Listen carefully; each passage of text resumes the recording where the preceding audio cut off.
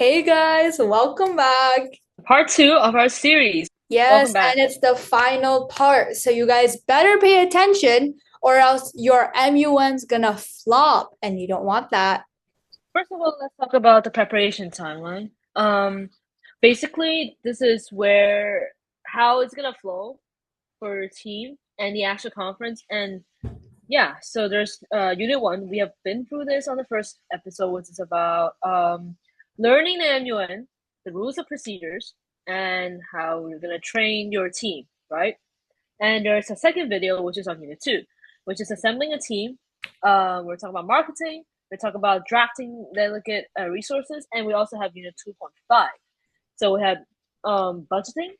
There's also communication and configuring software. So within that timeline, around like when you're assembling your team, you're doing your marketing, that's where your registration opens, and you're working in parallel timelines between um, preparing delegate resources and also with the registration open. And by the end of this, the registration closes and you have the big weekend. But obviously, there's going to be preparation work between the time where registration closes and before the weekend. You also have to start finishing background guides and also start designing the awards and whatnot. So let's start with the first part of Unit 2.5, which is budgeting. So it's not just about girl math, believe it or not. Okay. How we do it at S1MUN is that we have a dedicated finance department. But what we like to do, like first of all, like what we mentioned last time, is that we have a team discussion outlining what the finance department will be handling. So just because fees are a big part on how everyone's going to be ran and what resources are available to us, we want to make sure everyone's included in this part. So there's just some ideas that can get you started, such as the estimated amount of delegates, the duration of the entire conference, how many committees in total. So all of this is about scale. Obviously, a bigger conference with a bigger scale will need a larger budget, but a smaller conference with a smaller scale will need a smaller budget. The only exception that I can think of is maybe a large virtual conference, but because of like the accessibility of it all, I don't think you need a really big budget for virtual conferences. And of course, you can think about the resources and equipment you need, the decorations, and some post-conference snacks and activities. And be sure to be inclusive of dietary restrictions, especially if it's a 2 day conference, which it usually is. Okay, back to you, Brittany. Can we host a free conference? Like we said, we've talked about the possible considerations that we have to make for considering our budget, but you can also actually host a free conference if you're extremely committed to making MUN accessible across your community. What does that mean is that in communities or like in regions or maybe cities where MUN isn't as say popularized, like for example more rural areas, you can still make MUN possible for those people. You can always run a virtual conference, even though in person is possible if you have other sponsors. For example, say you can have a school, you can have a nonprofit to sponsor you, or even the government if you're really, really committed. But they're not quite easy to get, especially the government, because well, you have to do a lot of documents, and especially if your region or city isn't as the MUN isn't as popularized in the area, it will be difficult to convince the government. It does take a lot of focused financial planning, especially hosting a free one, because you have to cut a lot of corners. But it could all be made possible with a dedicated and experienced team and interest. Interest is a very important and crucial part in making an MUN possible, whether it's free or not.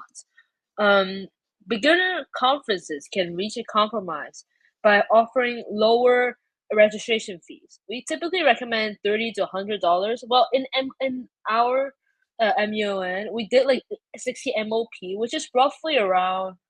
Jason, how much would it be in USD for our conference? Because I remember we charged like 40 per delegate. Was it about 5 USD per person?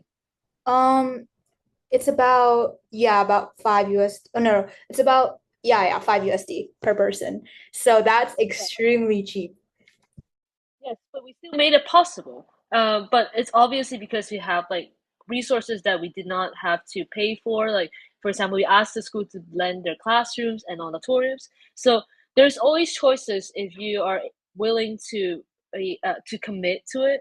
Um, yeah, it's possible. Okay, so now we can talk a little bit about the resources typically needed for each of our departments.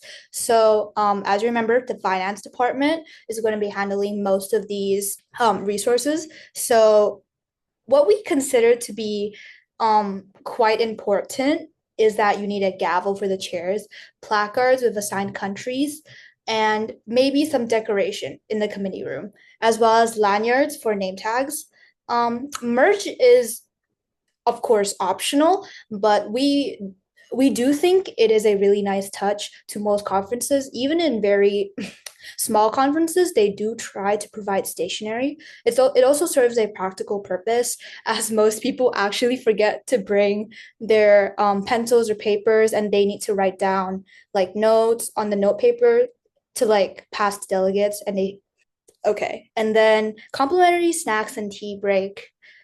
um, most Model UN conferences can run up to almost 8 hours a day. So we typically recommend having a tea break or a snack break or even a lunch break, just to give some life back to the delegates, foster some community in within your delegates. It's not just about competition. And it also helps your Model UN conference to become a little bit more comfortable and a little bit more accessible for most people who are not used to Model UN. And of course, if you're running a UNA USA conference, awards are a vital part of the Model UN conference. So, of course, get some certificates or trophies to acknowledge delegates who have worked their hardest.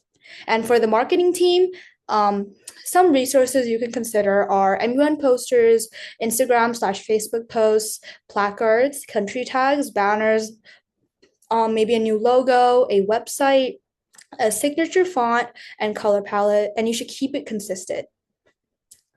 Additionally, you should also think about having your website cross over with the school. So this is what we are trying to do. We're trying to combine our school website with our MUN website. And what this does is that this increases the reach of our MUN conference, mostly because most people in our community know our school, but not really our conference. So that's a helpful tip. Delegate resources. It is standard practice to include some resources supporting the delegates in their pre-conference prep because there is bound to have a lot of beginners delegates. Um, no matter if they chose beginner conferences or they chose intermediate, because it might be topics that they like. So it's important to have documents that help them, like for example, rules of procedure and documents. It also helps them to be more familiar with how your conference operates, and they also can be more cooperative. You can also do topic and background guides. It is very crucial alongside position paper guides.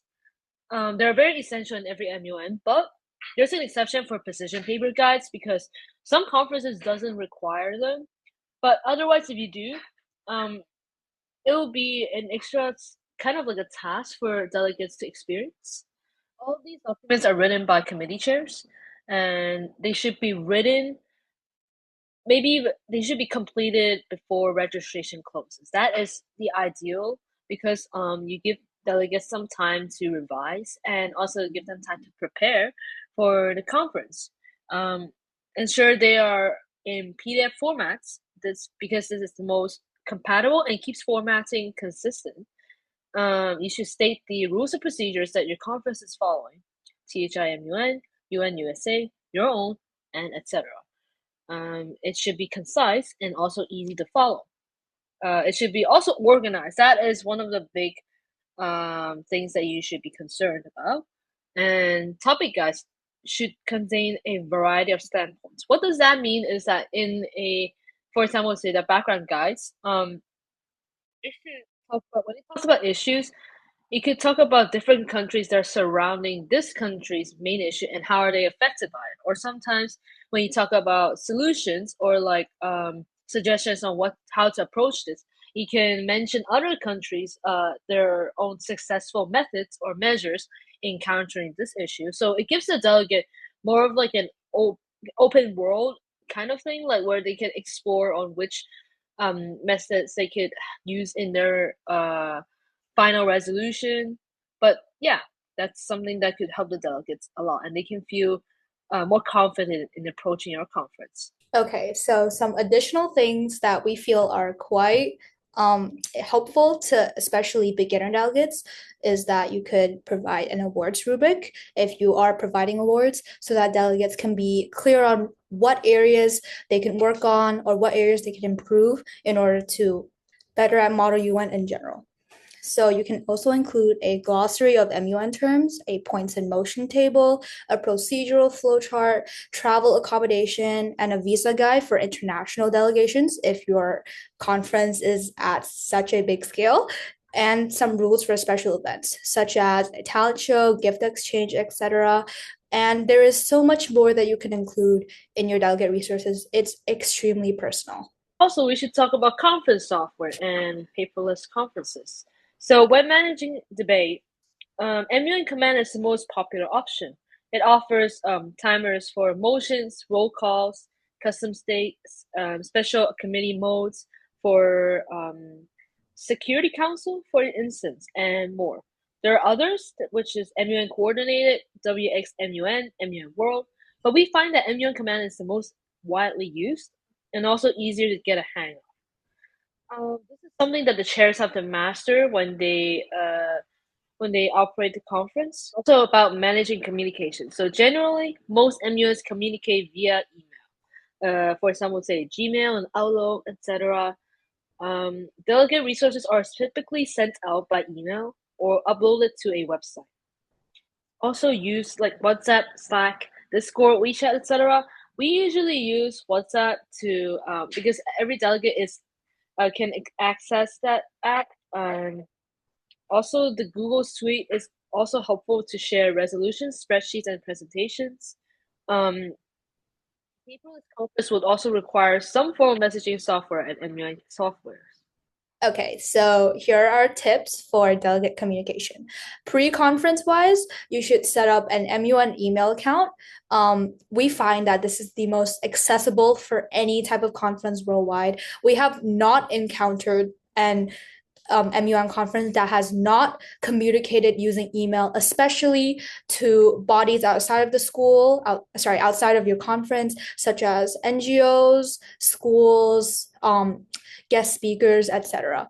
You should also try having some form of social media, TikTok, Instagram, Facebook, whatever you want just to promote your conference, and also because some audiences do prefer communicating on social media.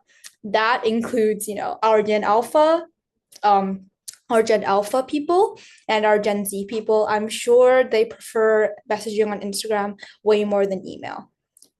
And then, of course, your goal is to always reduce anxiety for beginners and to ensure a smooth experience for delegates.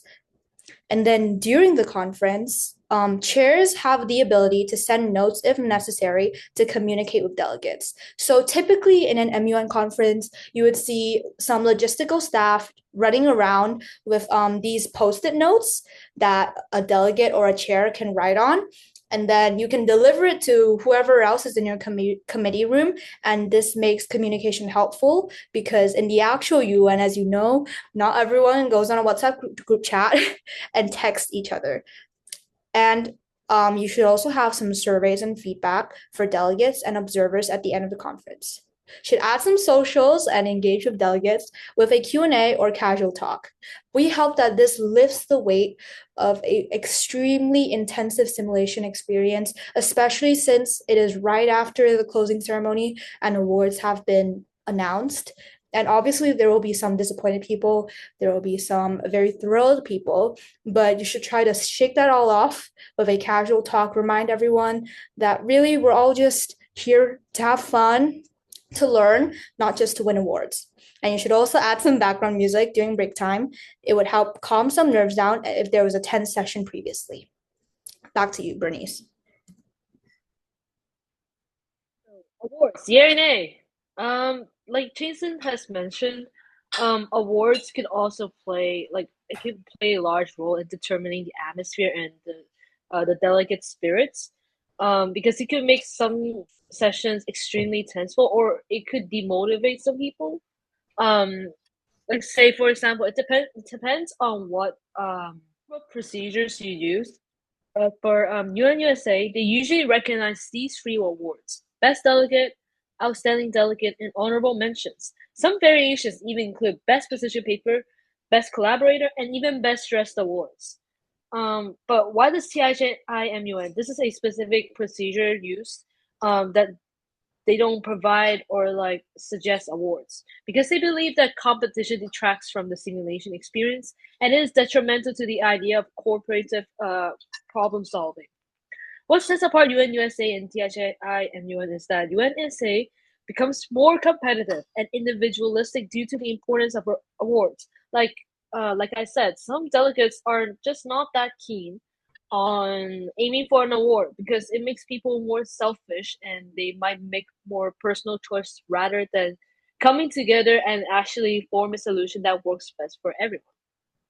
It also provides credentials to prove one's own merit in the debate and collaboration by standing out. So these awards, it could be useful when it's to highlight the hardworking attitude some of the delegates have, and it makes them leave the conference knowing that their hard work is also recognized. But TIHI revolves the ideology around team playing, cooperation, and communication. So it depends on what your organization is aiming for. Do you want to increase your recognition to other delegates? And it depends on if you want a more tense session, more uplifted in a way, in a more passionate conference, or something that's more like mild, but also like cooperative um, atmosphere. Okay, so here are some of our takeaways from the preparation process. So, the number one thing, our number one tip, create surveys beforehand, one for before and one for after the conference. This is, part of the scientific method, whatever you've been learning in school, but it also helps your conference improve. You can learn about their first impressions, and you can also learn about what they took away from the conference, what they think you should improve before, like while it's still fresh in their mind. And you should also create a spreadsheet for the score sheet to keep track of delegates and to determine their awards. So we call this a chair score sheet. What the chairs do is that they mark the delegates using a certain criteria, and at the end of the conference, you kind of see all these scores added up and see who's generally ranking higher in this criteria. And then you should also do an attendance check to record participation. This is important, especially if you have participation requirements for your participation certificate. This is especially important just because you don't want people taking advantage of your conference, going there for maybe one session and then just leaving while still getting the certificate. With a large scale conference, you would like to keep track of everyone.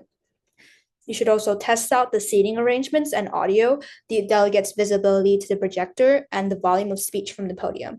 This is a very nitpicky tip, but we do think by testing all of these factors out, it helps the delegate to feel included in the process, kind of. Because if a delegate is sitting in a bad seat, can't really hear anything, can't really see anything, um, it gives the impression that people who are more confident in MUN would tend to sit in the front, while people who are a little bit more shy, a little bit more new to MUN would sit in the back. It's generally not a good first impression.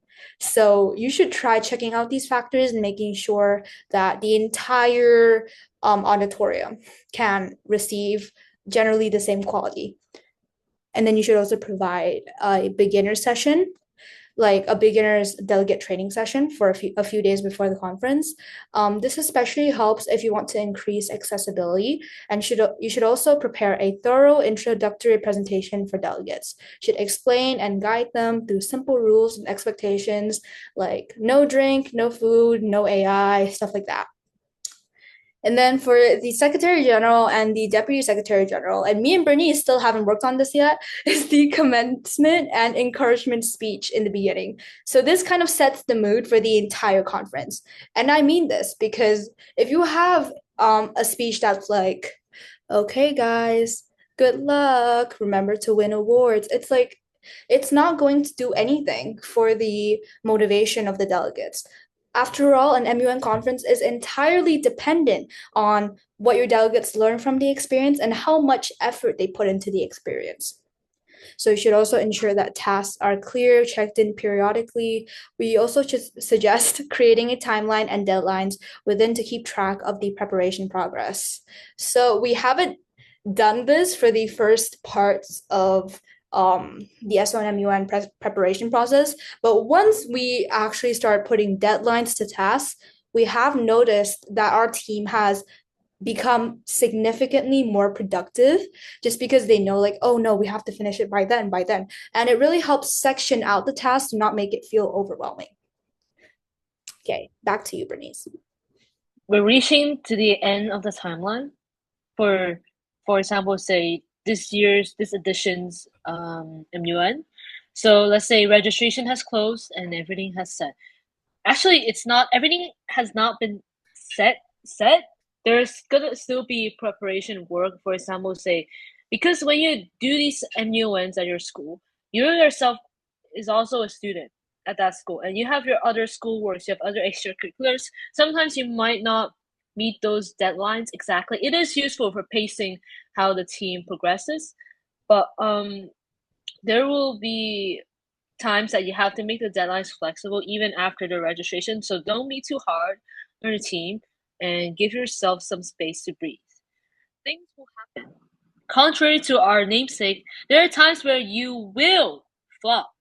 You have to be prepared to adapt and also stay open minded. So now this is the end of our boot camp. Yay! Whoa! Yeah, and I hope you enjoyed us yapping for free long episodes. You can access our free resources to kickstart your prep, resources we wish we had, and I say we wish we really had before. Please get And them. Yes. yes, and the Google Drive password is we did not flop! Exclamation mark. Remember the purpose of MUN. Stay true to it. We know you'll do great. Jason, do you have any final words you want to say?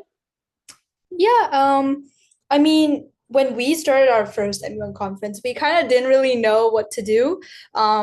Maybe you can choose not to listen to this boot camp and just do things your way.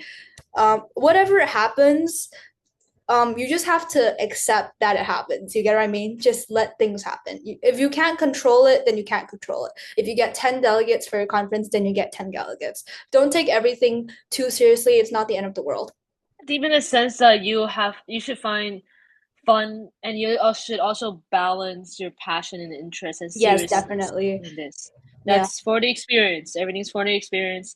And don't beat yourself if you don't get the desired amount of delegates. It happens. It really does happen. Just Yes, next time, don't if you break your understand, friendships. Yeah, don't break your yeah, friendships and because of a yeah. conference, guys. Yeah. Like for example, if you take a significant role, you should always watch out for your teammates. Like help them if they are feeling very mentally overwhelmed.